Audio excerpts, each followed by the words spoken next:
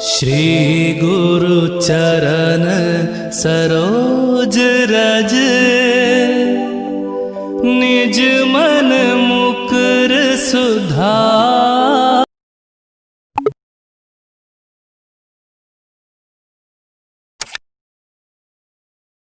महादेवाय नमः।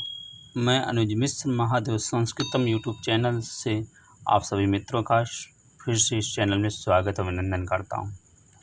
हम लोग NTA UGC NET JRF Sanskrit subject code 25 की इकाई 10 पर बात कर रहे हैं। इसी क्रम में हम लोग इकाई 10 के मनुस्मृति पर बात कर रहे हैं।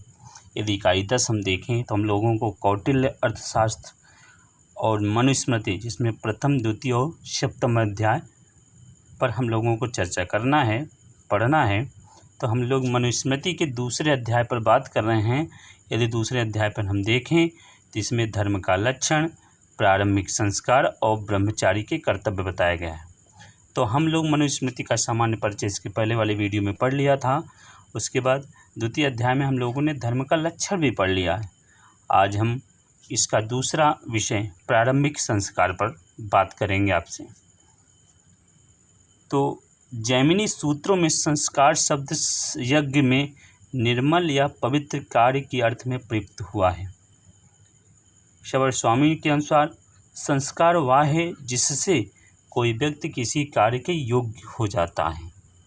कहने का अभिप्राय है कि संस्कार व्यक्ति में योग्यता प्रदान करने वाला होता है, किसी कार्य के योग्य हो जाता है।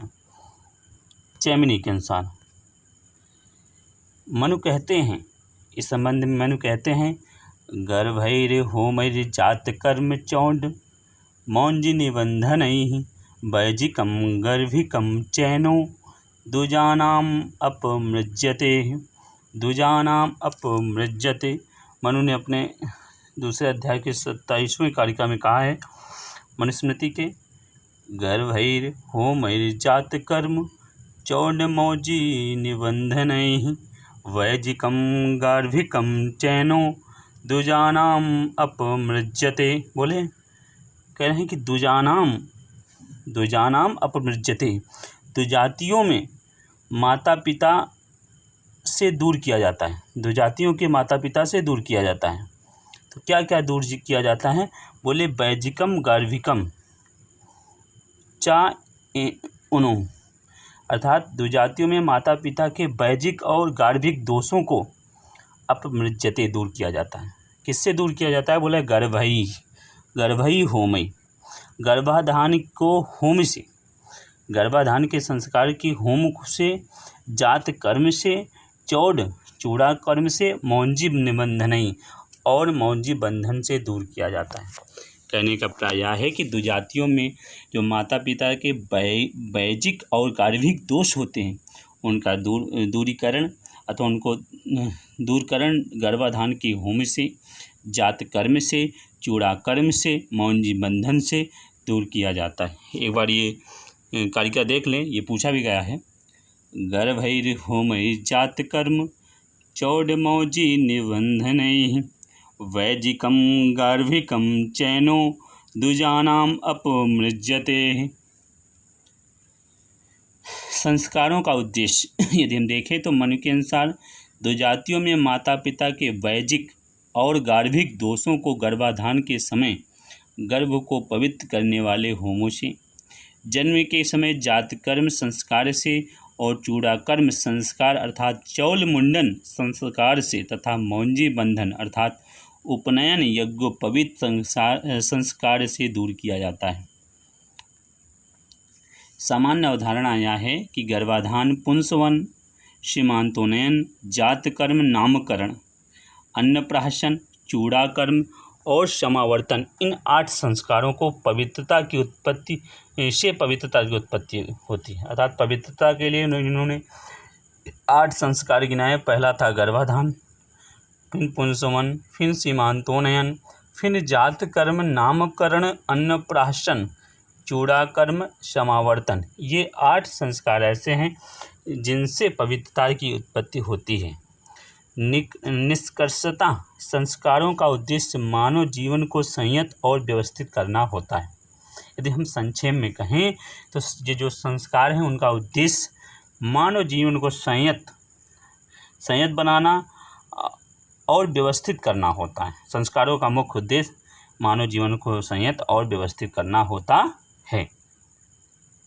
यदि हम आगे देखें तो वर्णानुसार संस्कार अर्थात वर्णानुसार संस्कार के इस संबंध में विभिन्न आचार्यों के विभिन्न मत रहे हैं। जबालोपनिषद के अनुसार द्विजातियों में गर्भाधान से उपनयन तक के संस्कार अनिवार्य हैं। तो जो द्विजाति हैं उसमें गर्भाधान से उपनयन तक के संस्कार अनिवार्य हैं। स्नान व विवाह अनिवार्य नहीं है। अर्थात जितने भी द्विजाति के प्राणी हैं इनमें गर्भाधान से लेकर उपनयन अर्थात जनेऊ संस्कार तक अनिवार्य हैं और स्नान तथा विवाह संस्कार अनिवार्य नहीं होते। व्यासानुसार अगर व्यास का मत देखें तो गर्भाधान पुंसवन सीमांतोनयन जातकर्म नामकरण निष्क्रमण अन्नप्राशन चौल कर्णभेद विवाह से ये 10 संस्कार सभी वर्णों के लिए हैं। अर्थात ब्राह्मण क्षत्रिय वैश्य शूद्र सभी वर्णों के लिए हैं, किंतु शूद्र इन संस्कारों के बगैर वैदिक मंत्र धारण कर सकता है। कहते हैं वास्तव में ये संस्कार सभी वर्णों के लिए हैं, किंतु यदि शूद्र चाहे तो इन संस्कारों के बगैर भी वैदिक मंत्र का सेवन अथवा पठन कार्य कर सकता है। फिर समझ ले कि व्यास कहते हैं कि गर्भाधान पुंसवन सीमांतोनयन जातकर्म नामकरण निष्क्रमण अन्नप्राशन चौल कर्णभेद और विवाह ये 10 संस्कार सभी वर्णों के लिए मान्य हैं, किंतु शूद्र चाहे तो इन संस्कारों के बगैर भी वैदिक मंत्र धारण कर सकता है। यदि संस्कार की संख्या देखें तो संस्कारों की संख्या के विषय में स्मृतिकारों में मतभेद है। विभिन्न स्मृतिकारों में मतभेद है। गौतम ने 40 संस्कार प्लस 8 आत्मा के 8 शील गुण बताए। वैखानस ने 18 शारीरिक संस्कार गिनाए हैं, जबकि अंगिरा ऋषि ने 25 संस्कार की बात की। फिर समझ लें संस्कारों की संख्या के विषय में विभिन्न स्मृतिकारों में मतभेद है। गौतम ने 40 संस्कार बताए, वैखानस ने 18 और अंगिरा ने 25 संस्कार गिनाए हैं। मनु याज्ञवल्क्य और विष्णु धर्म सूत्रों में संस्कारों की कोई निश्चित संख्या नहीं दी गई। हम लोग ये मनु स्मृति पढ़ रहे हैं तो मनुस्मृति में संस्कारों की कोई निश्चित संख्या नहीं है, अपितु गर्भाधान से अंत्येष्टि तक के संस्कारों की ओर संकेत किया है। अपितु गर्भाधान अर्थात गर्भ की आधान से लेकर अंत्येष्टि तक के संस्कारों की ओर संकेत है। प्रायः 16 संस्कार प्रमुख रूप से सभी के द्वारा मान्य। तो इस प्रकार यदि आपसे पूछ ले कि मनु ने कितने संस्कारों की मान्यता दी है तो 16 संस्कार जो गर्भाधान से लेकर अंत्येष्टि तक के संस्कारों को मान्यता देते हैं। जो जिनके नाम देख लें, गर्भाधान पुंसवन, ये जो 16 संस्कारों के नाम इस प्रकार हैं।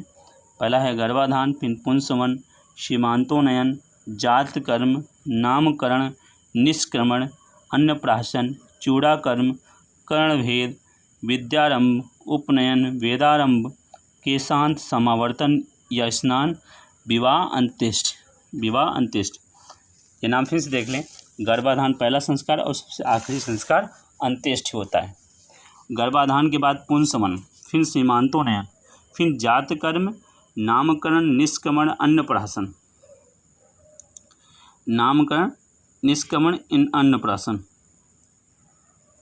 फिर चूड़ाकर्म, कर्णभेद, विद्यारंभ, उपनयन, वेदारंभ, केशांत, समावर्तन या स्नान, विवाह, अंत्येष्टि। सबसे लास्ट में अंत्येष्टि संस्कार होती है और सबसे पहला संस्कार गर्भाधान संस्कार होता है।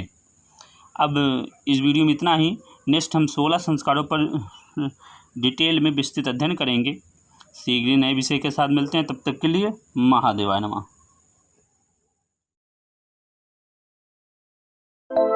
श्री गुरु चरण सरोज रज